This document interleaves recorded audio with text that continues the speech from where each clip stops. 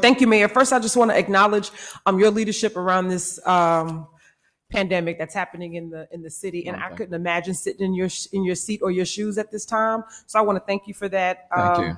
Also, with my colleagues as well, we've been information sharing and doing the very best to make sure that our residents are informed as well. So I do want to publicly acknowledge that. So last week we had our first virtual town hall meeting. Thank you, Councilmember Plummer and Alcorn for having a staff member join with Super Neighborhood 25. Last night was Super Neighborhood 17.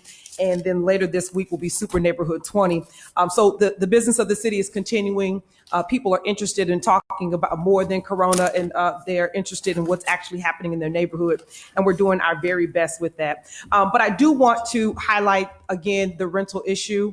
There are some property owners within District F that were featured in the Chronicle. And I shared with some of my colleagues just about my upset around the language and the level of fear that they're creating with these renters about threatening to evict them. And I'm having a call with two major property owners today at 2:00 to talk to them about how they're incentivizing and working with their renters, because we really do need to communicate to our renters really what their options are effectively. And I'm just asking my colleagues to join with me to do that. And if there are property owners in your community, to have that conversation with them so you can be clear.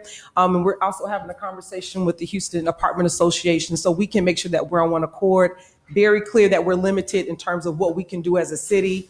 These are private developments, but we, again, to Councilmember Travis's point, these apartment owners need tenants, and tenants need a place to stay, particularly with census. So if we can all use the seat that we sit in to make sure that we can preserve their housing options, I would really appreciate that. Thank you. Thank you very much.